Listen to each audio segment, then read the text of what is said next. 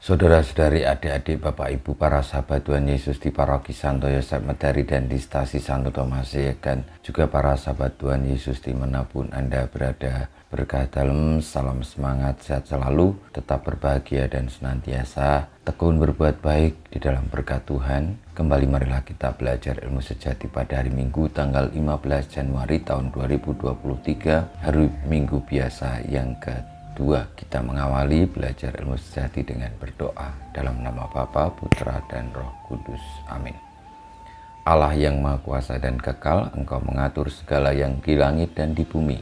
Dengarkanlah dengan rela permohonan-permohonan umat-Mu dan berilah damai-Mu bagi kami pada zaman ini. Dengan pengantaran Tuhan kami Yesus Kristus Putra-Mu yang hidup dan berkuasa bersama Dikau dalam persatuan Roh Kudus, Allah sepanjang segala masa. Amin. Para sahabat Tuhan Yesus terkasih, kita akan belajar ilmu sejati dari Injil Yesus Kristus menurut Yohanes bab 1 ayat 29 sampai dengan 34. Ketika Yohanes membaptis di sungai Yordan, ia melihat Yesus datang kepadanya. Maka katanya, "Lihatlah anak domba Allah yang menghapus dosa dunia. Dialah yang kumaksud ketika kukatakan, sesudah aku akan datang seorang yang telah mendahului aku, sebab dia telah ada sebelum aku. Aku sendiri pun mula-mula tidak mengenal dia, tetapi untuk itulah aku datang dan membaptis dengan air, yaitu supaya ia dinyatakan kepada Israel."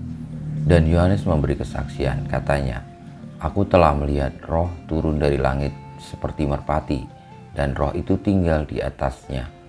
Aku pun sebenarnya tidak mengenal dia, tetapi yang mengutus aku membaptis dengan air telah berfirman, jikalau engkau melihat roh turun ke atas seseorang dan tinggal di atasnya, dia itulah yang akan membaptis dengan Roh Kudus. Dan aku telah melihatnya, maka aku memberi kesaksian, dia inilah anak Allah." Demikianlah sabda Tuhan, terpujilah Kristus. Para sahabat Tuhan Yesus yang terkasih, Yohanes Pembaptis bersaksi tentang Tuhan Yesus yang adalah anak domba Allah yang dinantikan oleh umat Israel maupun seluruh umat manusia. Tuhan Yesus adalah Putra Allah karena dia diserahkan untuk keselamatan manusia, di mana Yohanes membaptis dengan air sebagai bagian dari tugas perutusannya, membawa setiap orang yang percaya dan dibaptis kepada Sang Putra Allah yang akan membaptis orang-orang dengan Roh Kudus dan menuntun orang-orang kepada keselamatan. Saudara-saudari yang terkasih, marilah kita membuka hati, menyadari, mengakui, menerima, dan akhirnya mengikuti Yesus Sang Putra Allah, anak domba Allah.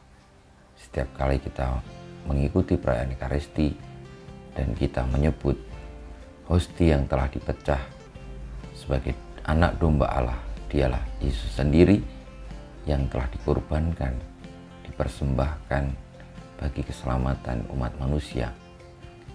Dia seperti roti yang dipecah-pecah, lalu dibagi-bagikan untuk kehidupan umatnya.